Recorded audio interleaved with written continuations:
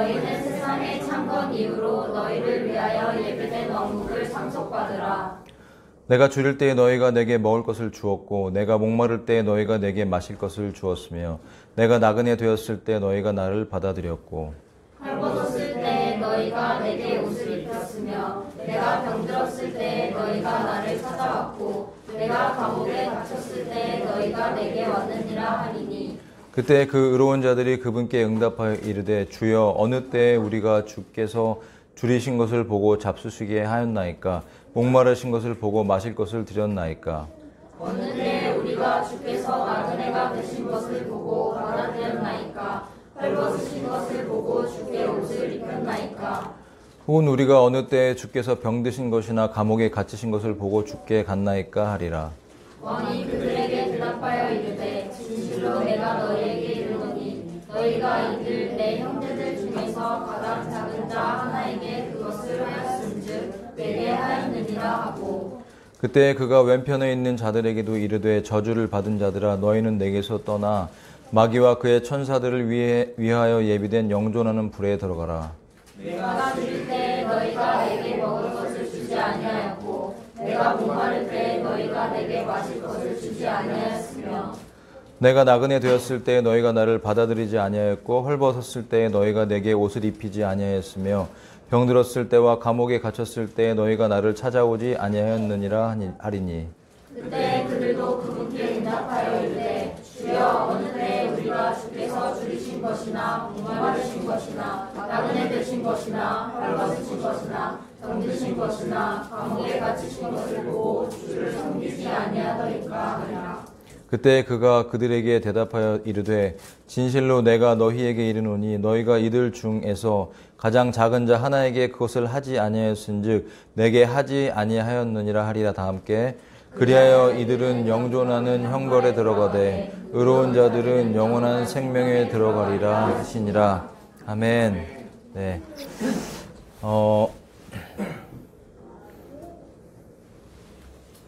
한 주간 잘 지내셨죠? 네, 저 자주 보니까. 네, 오랜만에 또 윤희자매 왔습니다. 우리 박수로 한번 격려해 주시고.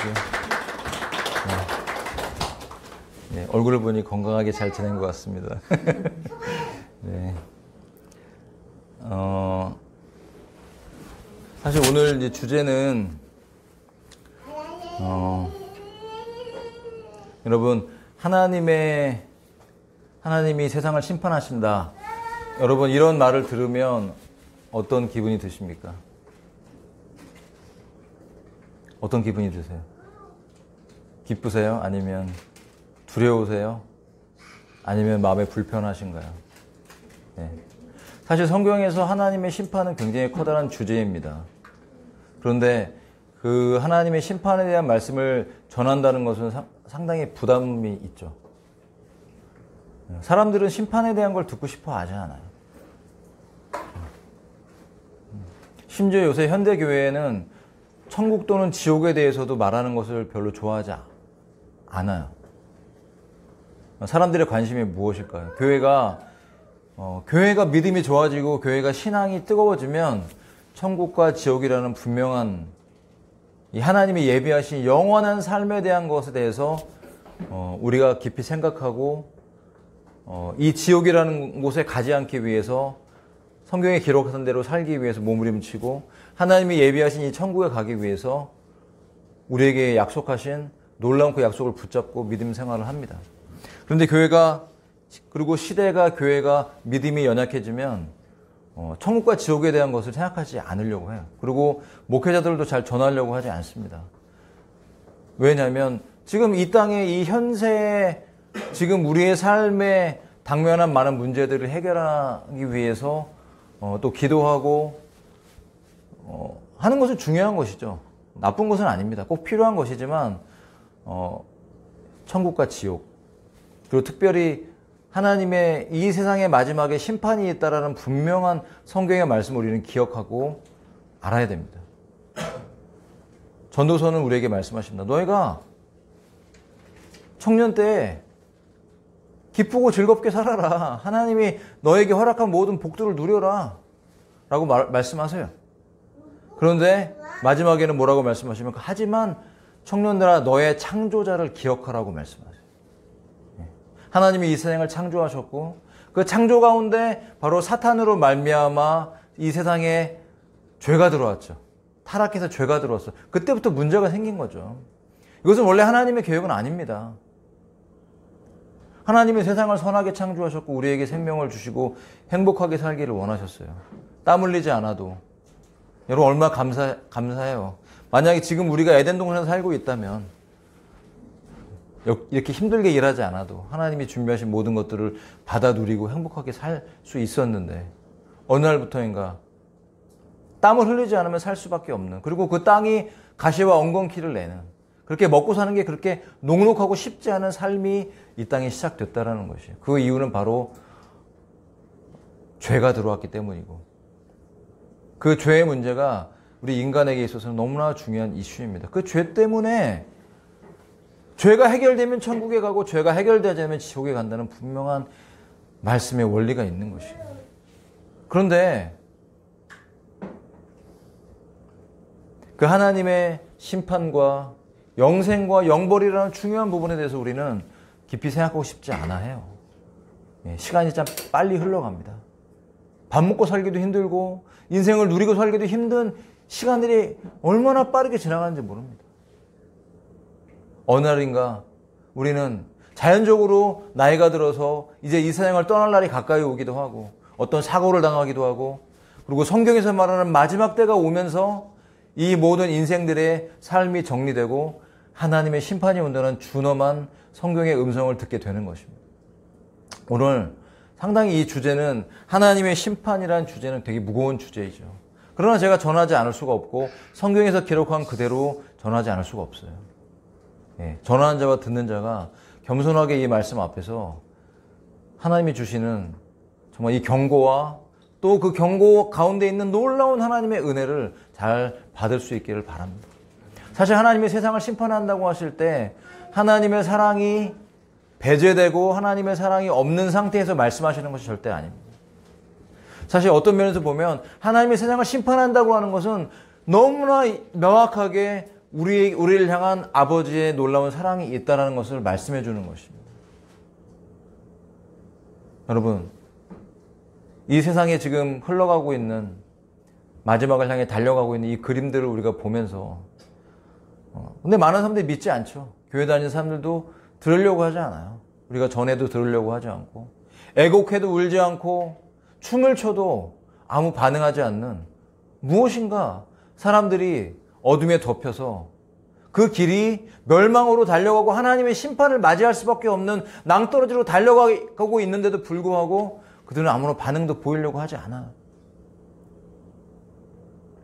그런데 성경은 오늘 우리에게 명확하게 그 부분에 대해서 말씀하세요. 마태복음 25장 31절. 우리가 이제 24장과 25장에 있는 이 마지막 시간입니다.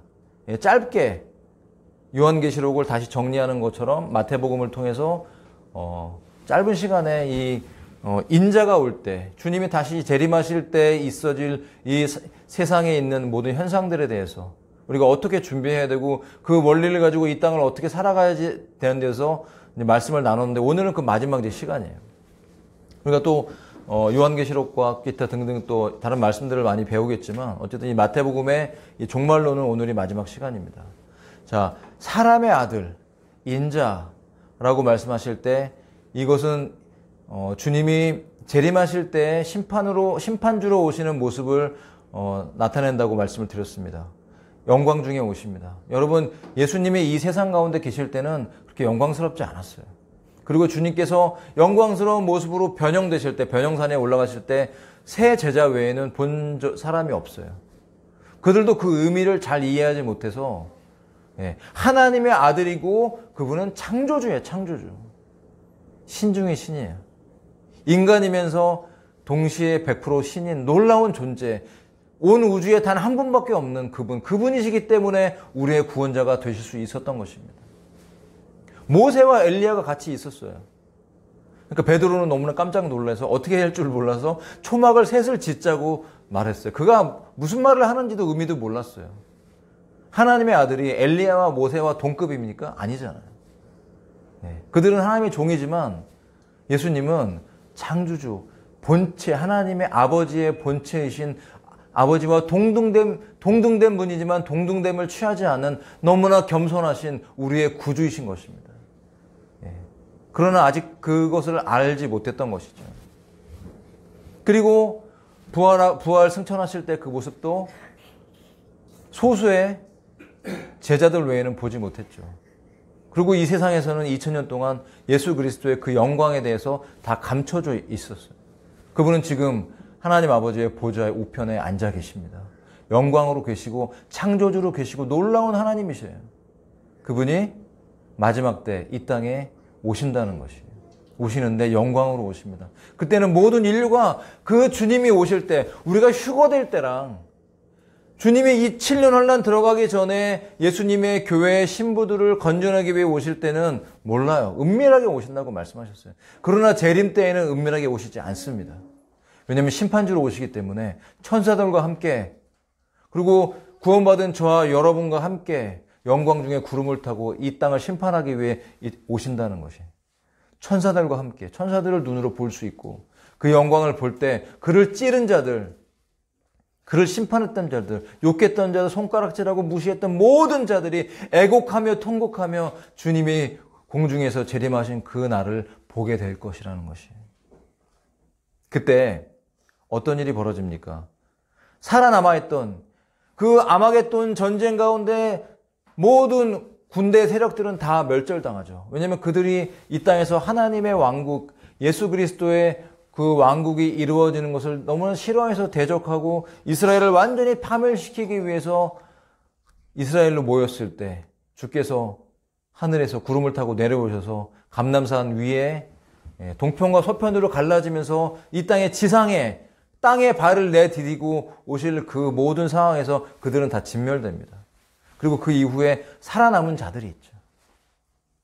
여러분 성경에서는 살아남은 자들, 살아있는 자들을 세 부류로 판단을 해요. 자, 그 당시에 여러분 이 7년 환란이 끝나기 전에 3년 반 이후에 어떤 일이 벌어집니까? 공중에서 전쟁이 벌어진다고 요한계시록은 말씀하고 있어요. 미가엘과 사탄과 바로 그 쫄개들과 전쟁이 벌어져서 그들이 땅으로 내어 쫓깁니다. 그 전까지는 지금 이 현 상태에는 바로 마귀가 어떤 상태냐면 공중에 권세 잡은 자로 아직 존재하고 있는 것이에요. 아직 지상으로 내쫓긴 것은 아닙니다.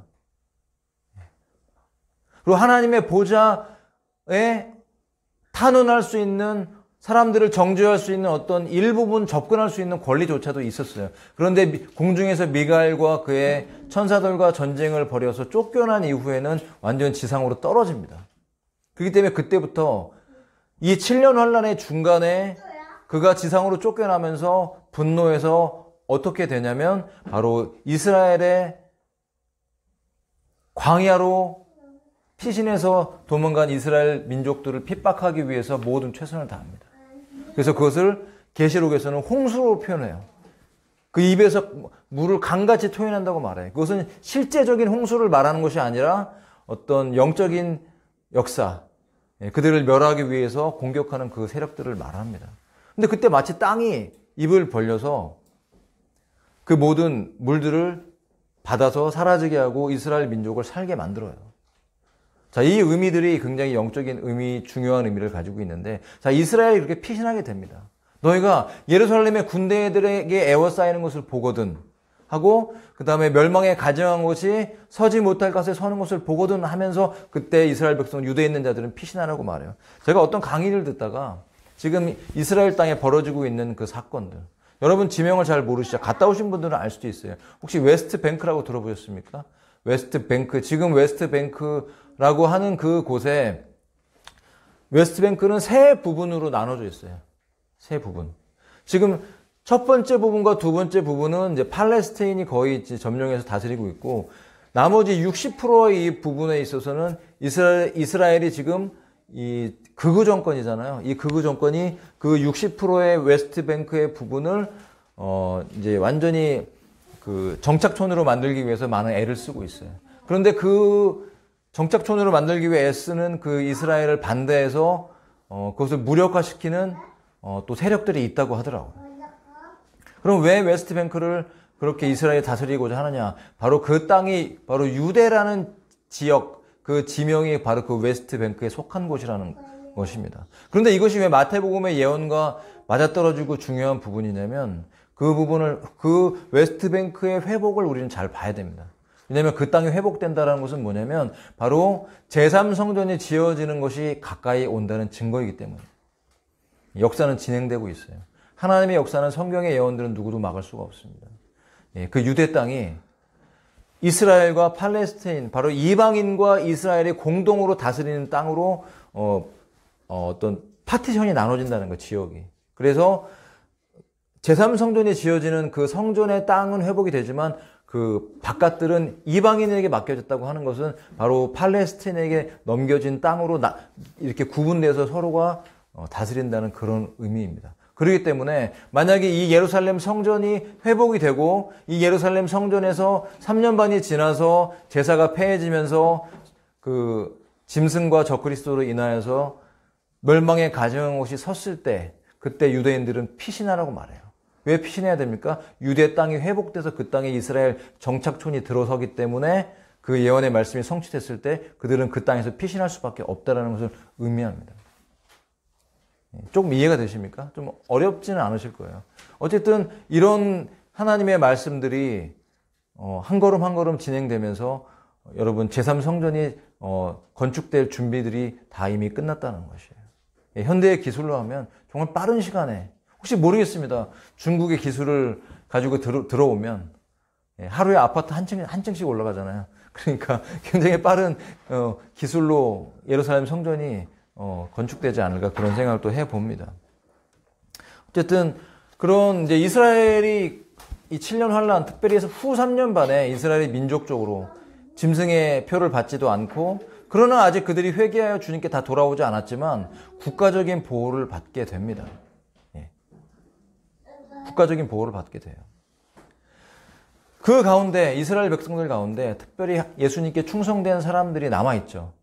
그들이 바로 남은 자이고 그들이 바로 택함 받은 자라고 성경은 말해요. 그 택함 받은 자들이 성경이 분명히 이 7년 환란 동안에 존재합니다.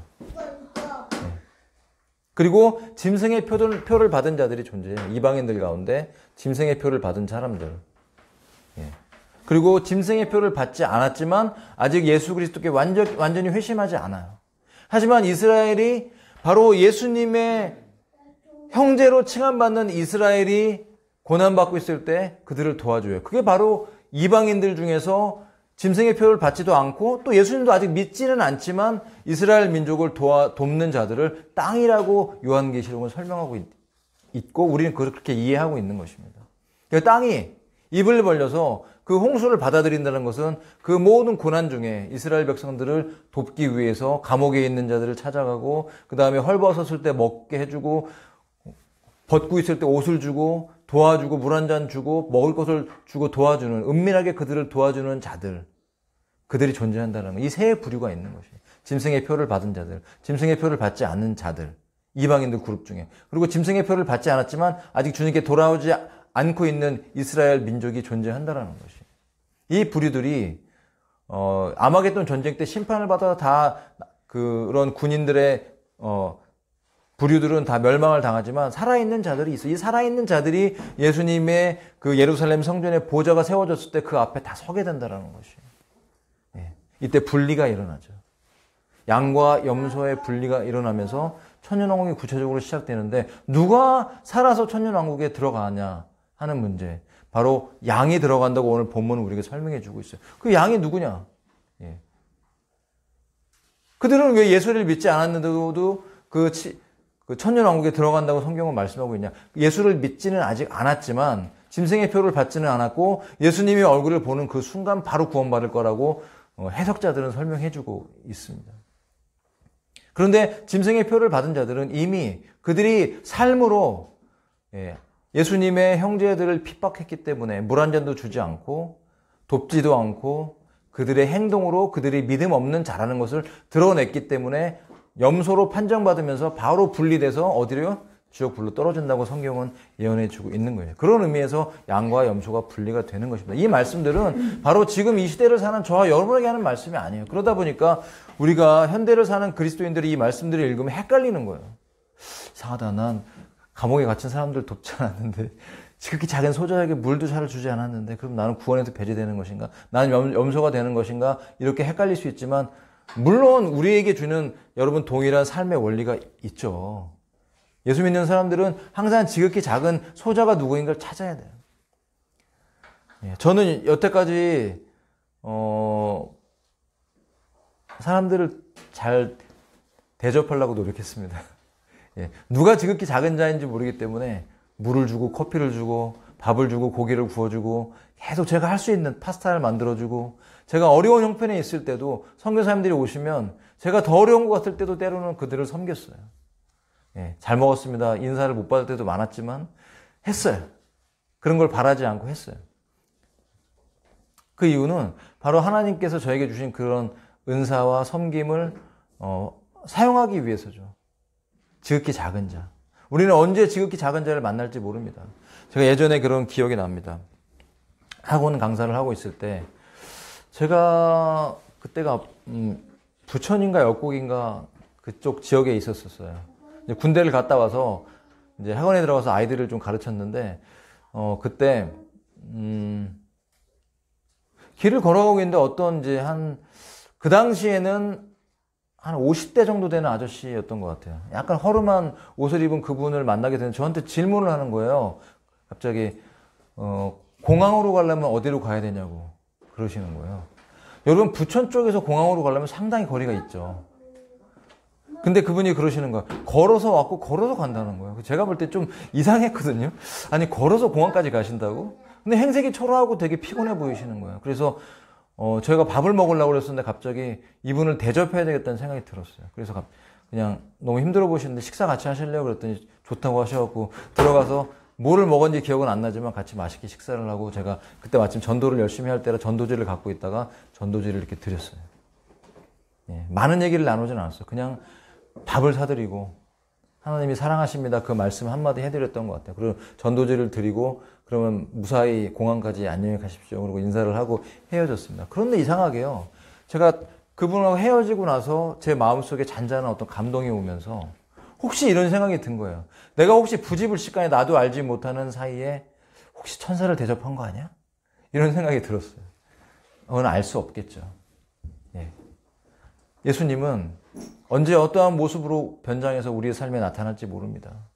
지극히 작은 자의 모습으로 나타나는 것이죠.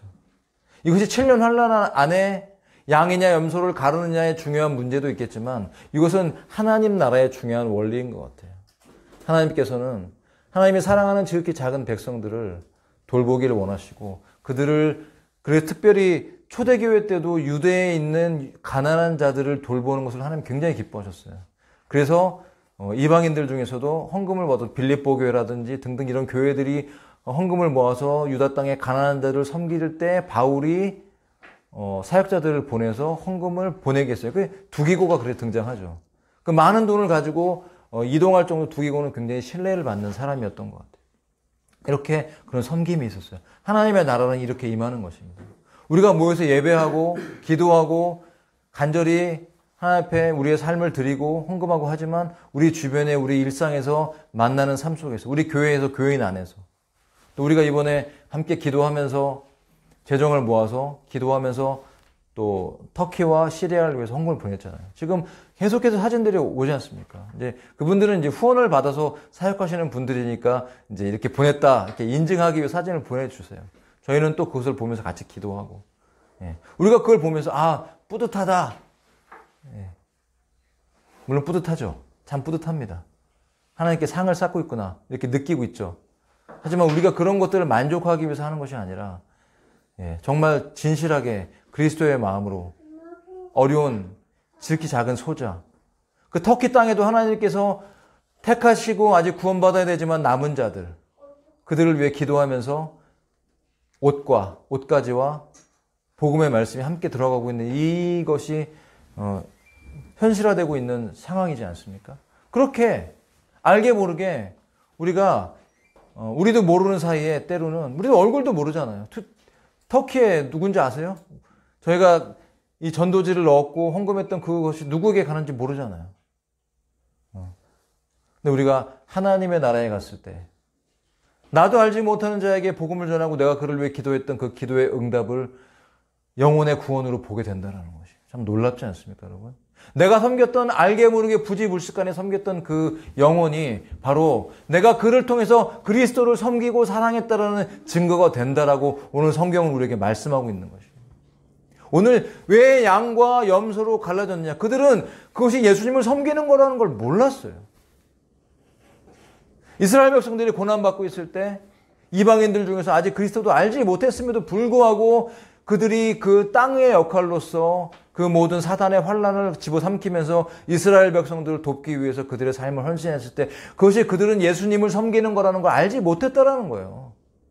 그 예수님께서 너희들은 복을 받을지어다 라고 말씀하시면 너희가 나를 그렇게 도와주지 않았냐, 내가 갇혔을 때 나를 도와줬고 내가 헐벗고 굶주릴 때 나를 먹여주지 않았냐라고 했을 때 그 양에 속한 자들이 그렇게 얘기합니다. 저희가 언제 그렇게 했습니까? 몰랐다는 거예요. 모르고 했다라는 거예요. 알면서 한 게 아니에요. 자, 염소에 속한 자들도 얘기합니다. 너희들이 내가 갇혔을 때, 내가 헐벗고 굶주릴 때 나에게 그렇게 해주지 않았다라고 얘기하니까 그 염소에 속한 자들도 얘기합니다. 저희가 그렇게 안 했죠. 안 했다고 얘기하는 거예요. 왜냐하면 예수님의 감옥에 갇힌 걸 그들은 못 봤거든요. 아니, 주께서 언제 감옥에 갇히셨습니까? 주께서 언제 헐벗으셨습니까? 저희는 본 적이 없는데요. 그러니까 당연히 못했죠. 라고 얘기하면서 그들의 삶이 그렇게 하지 않았다고 얘기합니다. 양에 속한 자들은 했긴 했는데 예수님이셨어요? 유대인들을 도운 건데 그게 예수님이셨어요? 라고 얘기하는 것이고, 염소들은 우리가 안 했긴 안 했는데 아니, 유대인들한테 안 한 게 예수님한테 안 한 거였어요? 이렇게 얘기하는 것이에요. 다시 말하면 그 환란 중에서는 그들의 믿음이 그 삶으로 지극히 작은 자를 섬겼느냐 섬기지 않았느냐에 따라서 양과 염소로 갈라져서 한 부류는 영벌로 들어가고 한 부류는 이 땅의 천년왕국을 이루는 새로운 삶으로 들어가는 기회를 부여받았다는 것이에요. 그리고 그들이 열국을 형성하면서 예수님께서 그 이스라엘을 중심으로 천년왕국이 이루어가실 때 열국이 형성이 됩니다. 문화가 발전되고 기술이 발전되고 과학과 모든 문명이 일어나요. 여러분, 그 천년 동안 어떤 일이 벌어질까 생각해 보십시오. 지금 과학기술이 얼마나 발달했습니까? 화성으로 간다고 그러고 우리가 SF 영화에서 보는 것 같은 그런 것들이 막 나오잖아요. 예? 일론 머스크를 보면은 그 사람 좀 또라이 아닌가? 예? 화성에 간다고 저렇게 계속 로켓을 발사하고 저런 걸 보면서 우리 시대에 그런 것들이 이루어질지 우리는 알 수 없지만 천년왕국 때는요, 우리가 상상을 초월하는 문명의 발달이 온다고 많은 학자들이 얘기하고 있어요. 예. 정말 지금 전기차들이 움직이고 있지만 그때는 전기차들이 공중을 날아다닐 것이에요. 예. 우리가 SF 영화에서 보는 것보다 더 화려한 문명과 모든 기술들이 발달할 것입니다. 예. 사단이 붙잡혀갈 것이고 천년 동안 만국을 미혹하는 마귀의 역사가 없기 때문에 인류는 평안 가운데, 왕국 가운데 짐승들이, 사자도 같이 우리와 뛰놀고, 지금은 그냥 고양이, 강아지, 새 이 정도가 우리가 놀지만 그때는 사자, 예, 치타, 낙타 이런 것들 타면서 정말 즐겁게 기린 타고 놀면서 정말 재밌게 대화가 될 수도 있겠죠. 그들의 언어가 풀리면서 에덴 동산 같은 놀라운 회복이 일어나면서 우리가 하나님의 놀라운 통치의 권위 아래서 살게 될 것이라는 것입니다. 그때 그들이 들어간다는 거예요. 그 양들이. 그 환란 안에서 예수님께 한지도 모르고 섬겼던 그 모든 사건들이 그들에게 구원의 기회를 주어준 거예요. 아직 예수 그리스도를 영접하지 않았음에도 불구하고 이 땅에 임재하시는 그분의 그 영광스러운 모습을 보면서 동시에 그 은혜를 받고 회심하고 돌이켜서 기회를 얻는다. 예. 이런 내용들은 사실 우리 이성으로는 참 이해하기는 힘들어요. 그리고 그때가 되지 않았기 때문에 우리는 아직 모르지만 그렇게 학자들이 해석하고 있는 부분들을 우리가 동의하면서 받아들입니다. 그래서 그런 천년왕국의 문명을 이루게 됩니다. 그때 예수님과 함께 이 땅에 우리가 부활의 몸을 입고 내려온 저와 여러분은 영적으로 주님과 함께 통치되는 주님의 가장 최측근으로서 움직이는 하나님의 예수님의 신부인 것입니다. 얼마나 큰 특권입니까, 여러분? 그 환란을 통과해 살아남았던 14만 4천도 예수님의 특전대 같은 위치에 있는 자들이지만 그분들조차도 우리보다 더 가깝게 예수님과의 친밀함을 나눌 수가 없는 것입니다. 여러분, 이 교회 시대에 성령을 받아서 주님이 우리에게 구원을 허락하신 이 시대에 우리가 구원받고 영생을 소유한다는 것은 너무나 놀라운 특권인 것입니다. 하나님의 사랑을 경험하지 못하면 이것을 결코 알 수가 없고 우리가 왜 그렇게 회개하면서 기도하면서 예배를 드려야 됩니까? 저희 집 앞에 구원파에 속한 교회가 있기 때문에 주일마다 내려오면 제 마음속에는 참 이 씁쓸한 마음이 들어요. 봄이 오고 날씨가 따뜻해지니까 차가 더 많더라고요. 마음속으로는 하나님, 저 2단 교회는 왜 점점 부흥되는 것입니까?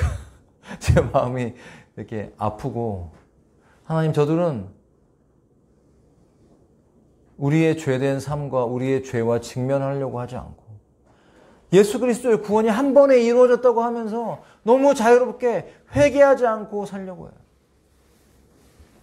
여러분, 예수 믿는 것은 우리가 부활의 몸을 입을 때까지, 영생을 완전히 얻을 때까지, 우리가 변화될 때까지는 이 싸움이 있는 거예요. 육체 안에서.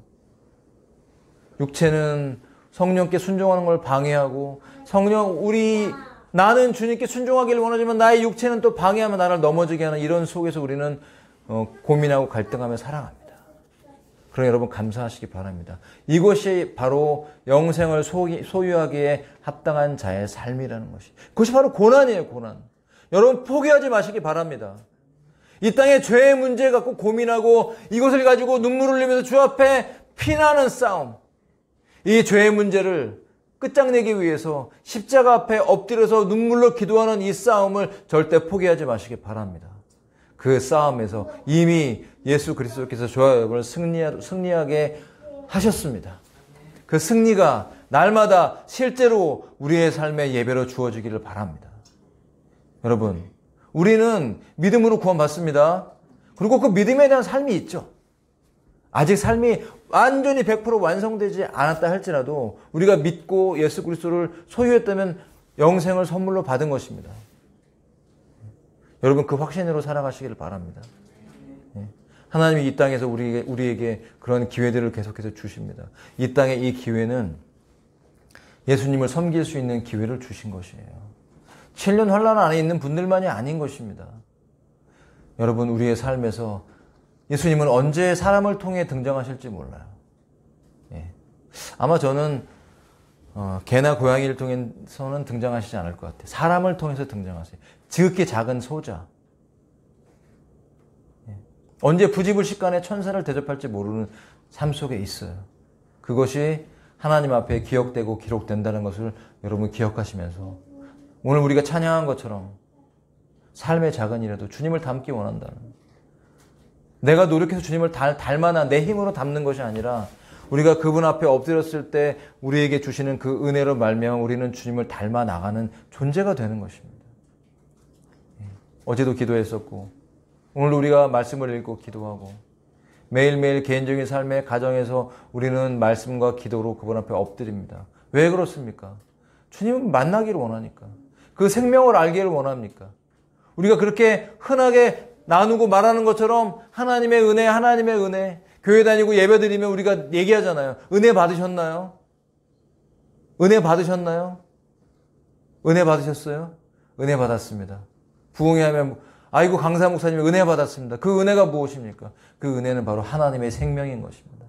예배 가운데 하나님의 생명이, 성령의 역사가 일어나면서 우리는 그 생명으로 우리 안에 채워져 가고 계속해서 그 생명이 우리의 영혼을 뒤덮고 우리의 모든 이 썩어져가는 육신 안에 하나님의 생명이 가득 찰 때 우리는 예수님을 닮은 존재로 변화되어 가는 것입니다. 그럴 때 우리는 열매를 맺죠. 어떤 열매를 맺습니까? 지극히 작은 자를 섬기는 존재로 되어 간다는 것이에요. 자동으로. 저와 여러분은 예수님의 가지인 줄로 믿습니다. 그 가지는 포도나무에 붙어 있어요. 그리고 포도나무에 붙어 있을 때만 저절로 열매를 맺어요.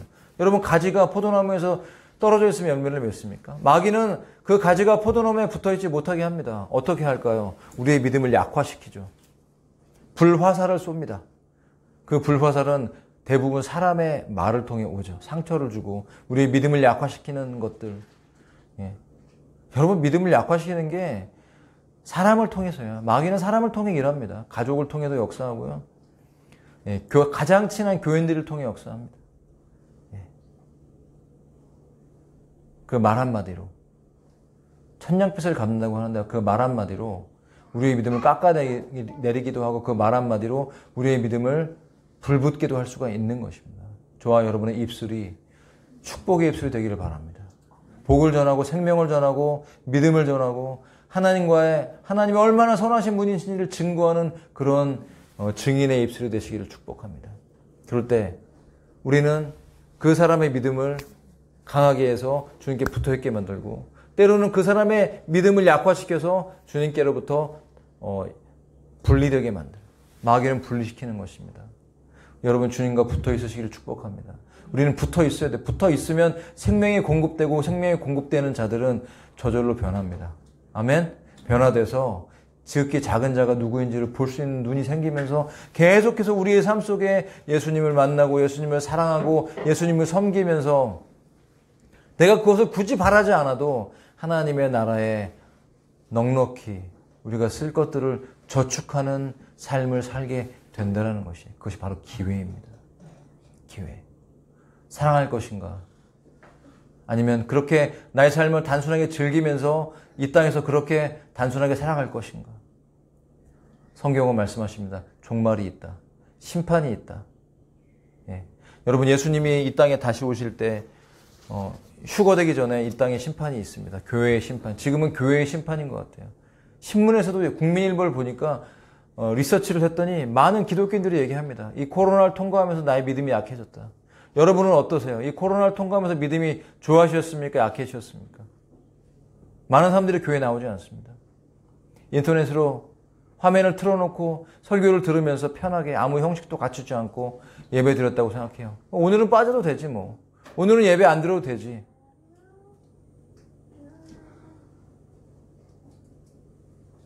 이 시기가 지나면 하나님께서 교회의 믿음을 다시 한번 점검하시고 그 다음에 믿음 있는 자들은 더 믿음을 주시고 충만케 하시면서 예수님을 맞을 준비를 하시고 그 가운데 믿음이 약해진 자들은 결코 공중에서 주님 만나지 못할 것입니다.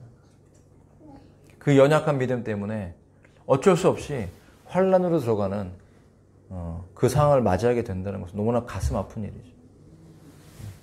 그리고 이 세상은 7년 동안 하나님의 통치 가운데서 어쩔 수 없이 배교와 그 죄악에 관영한 것 때문에 이 땅은 7년 동안 하나님의 직접적인 심판을 받는 것이에요. 그래서 7년 환란이 있는 것이에요. 하나님은 함부로 심판하지 않습니다. 지금은 이 세상에 잘 개입하시지 않는 것처럼 보이기까지 해요. 그러나 그것은 인간의 죄가 쌓일 때까지 관영될 때까지 기다리는 것뿐이에요. 어쩔 수 없이. 그리고 심판을 통과합니다. 그리고 예수님이 지상으로 다시 오실 때 그리스도의 전사의 심판이라는 용어를 사용하더라고요. 전사의 심판. 왜 그런지 아세요? 예수님이 전사로 오시거든요. 입에서 검이 나오고 하나님을 대적하는 모든 자들을 심판하는 그 날이 와요. 정말 무섭습니다. 우리는 예수님을 늘 온유하고 부드럽고 이렇게 그 성가대 가운 같은 거 입으시고 막 이렇게 가볍게 이렇게 다니시면서 안아주시는 그런 예수님으로만 알지만 그때는 정말 무서우신 심판주로 오시는 것입니다. 피 묻은 옷을 입고 오신다고 그랬어요. 포도주 틀을 밟듯이 하나님을 대적하는 자들을 멸망시키기 위해서 정말 용사로서 오시는 그런 무시무시한 예수님이시에요. 그때는. 그리고 나서 보좌가 베풀어지고 그 보좌 앞에서 양과 염소로 갈라지는 영원한 형벌로. 그리고 한 부류는 천년왕국으로 들어가는 기회를 부여받고 그들이 천년이 다 차고 나서 다시 마귀가 풀려났을 때 그들의 후손들은 다 하나님을 섬기지 않는 것 같아요. 또 많은 열국의 악한 자들이 일어나서 또 이스라엘을 대적하고 하나님의 백성들을 대적할 때 하늘에서 불이 나와서 그들을 다 멸하면서 정말 그때서야 온 세상이 끝이 납니다. 진짜. 그때 바로 새 하늘과 새 땅이 나타나는 것이에요. 그리고 마지막 심판이 있는데 그 마지막 심판이 바로 백보좌 심판. 아버지 앞에서, 창조주 아버지 앞에서 구원받지 못한 모든 인류가 그분 앞에 서게 되는 그 심판이 마지막 심판인 것입니다. 우리가 휴거되면 저와 여러분은 이 땅에 휴거되기 전에는 바로 교회의 심판이 있고 교회의 심판 이후에는 우리가 저 천국에서 그리스도 앞에서 심판을 받는 것이에요. 주의 백성들은 예수님의 신부들은 그리스도 앞에 심판을 받고 그것이 바로 그리스도의 심판대라고 말을 해요. 그때 우리는 우리의 삶에 대해서 점검받고 우리가 믿음으로 섬기는 모든 삶에 대해서 상급을 받게 됩니다. 불을 통과하면서 구원을 받더라도 아무런 상급이 없는 분들도 있을 수 있겠죠. 우리의 삶의 선한 동기와 우리의 삶의 구체적인 행위에 대해서 하나님께서 점검하십니다. 그러니까 여러분 이 육신의 기회를 잘 사용하셔서 우리가 철저하게 우리의 죄된 부분들은 회개할 수 있는 기회를 주셨잖아요. 얼마나 감사합니까? 그러므로 회개는 너무나 중요한 것이에요. 왜냐하면 내가 잘못 살아온 것들을 지울 수가 있잖아요. 예전에 전영록이라는 가수가 사랑에 대해서 얘기하면서 지우개로 깨끗이 지우면 되니까 뭐 그런 가사가 있어요. 예. 그건 좀 약간 사랑을 잘못 표현한 것이지만 사실은 우리의 죄를 지울 수가 있습니다. 할렐루야. 우리의 죄를 지우는 회개. 이 회개의 기회를 잘 사용하신다면 우리가 주님 앞에 갔을 때 결코 부끄러움을 당하지 않을 것입니다. 얼마나 좋은 기회예요. 어떤 사람은 이 육신의 기회를 나의 인생을 즐기기 위해 살아가고 어떤 사람은 이 인생의 기회를 나의 죄를 지우고 주님을 사랑하면서 지극히 작은 자를 섬기면서 내가 주님을 만났을 때 착하고 충성된 종아 내가 지극히 작은 것에 충성했으니 많은 것을 내게 맡기리라 말씀하시는 그 음성을 듣게 된다는 것이. 여러분은 어떤 음성 듣기를 원하십니까? 착하고 충성되진 않았지만 너는 나를 믿었으니 구원은 받게 될 것이다. 그러나 상급은 없다. 부끄럽지 않느냐라는 음성을 들을 것입니까? 아니면 지극히 충성된 종아. 우리는 어디에 충성할 것입니까? 우리의 남은 인생을 아낌없이 주를 위해 우리 가족과 이웃과 교인들과 지극히 작은 자를 위해 사랑하고 섬기는데 귀하게 사용하면서 주님을 사랑할 수 있는 그것이 바로 예수님을 사랑하는 바로 기회라는 것을 알면서 이 땅을 우리의 삶을 아름답게 가꿔 나가는 복된 저와 여러분 되시기를 바랍니다. 이를 위해서 우리가 기도하고 예배하면서 인생의 마지막을 정말 주와 함께 준비하는 예수님의 신부로서 거듭나시고 준비되시기를 축복합니다. 우리 함께 이 말씀을 기억하면서 함께 통성으로 기도하겠습니다. 하나님 아버지 감사합니다. 우리가 더욱더 오늘 보좌에 계신 주님을 바라보며 예배하며 나아갑니다. 하나님 이 땅의 심판에 대해서 말씀하셨습니다. 하나님 그 심판이 얼마나 무섭고 두렵습니까? 주님 그 심판을 받지 않게 해주시옵소서. 하나님께 상을 받는 존재가 되기를 원합니다. 우리는 그 어떤 영혼도 예수님 앞에 서게 될 것을 성경은 우리에게 말씀해주고 있습니다. 주님, 주를 알므로 주를 사랑함으로 주를 섬기는 존재가 되기를 원합니다.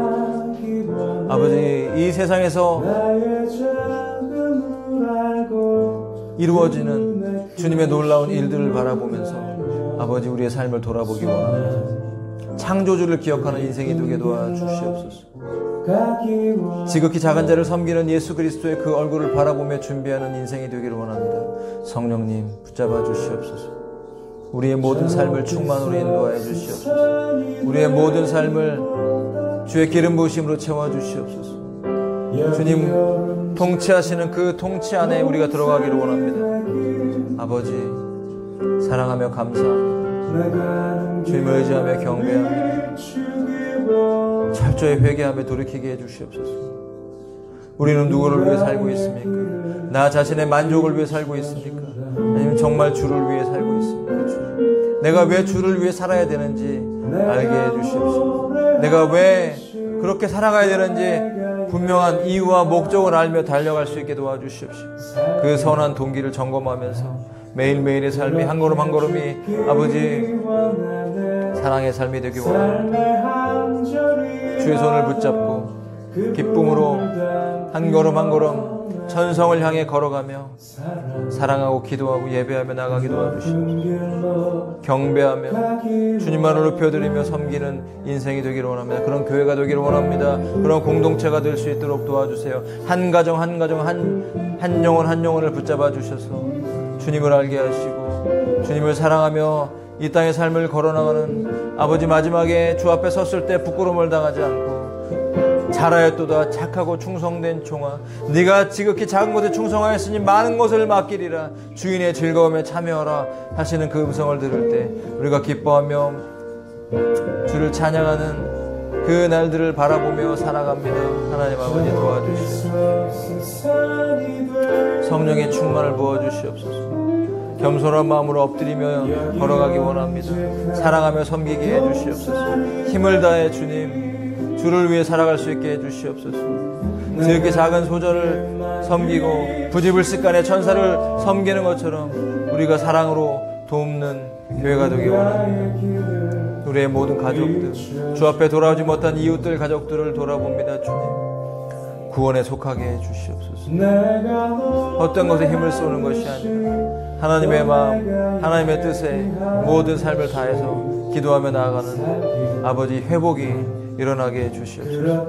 구원해 주시옵소서. 구원의 소식들이 들려오기를 원합니다. 잃어버린 영혼들이 돌아오기를 원합니다. 모든 이단의 사슬로부터, 마귀의 모든 사슬로부터 하나님 견고한 진들을 무너뜨려 주셔서 주 앞에 돌아오게 하시고 주님의 이끌으심을 받는 교회가 되게 도와주시옵소서. 성령님이여 통치하여 주시옵소서. 예수 그리스도의 이름으로 축복합니다. 통치하여 주시옵소서. 주님의 계획이 이루어지기를 원합니다. 아버지, 감사와 찬양 받아주시옵소서. 아버지,